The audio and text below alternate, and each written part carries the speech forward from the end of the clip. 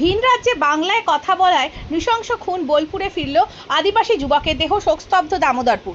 রুটি রুজির তাগিদে 10 মাস আগে উত্তরপ্রদেশে কাজের উদ্দেশ্যে গিয়েছিলেন বীরভূমের বোলপুর ব্লকের কসবা গ্রাম পঞ্চায়েতের দামোদরপুর গ্রামের প্রতীক হেমব্রেম।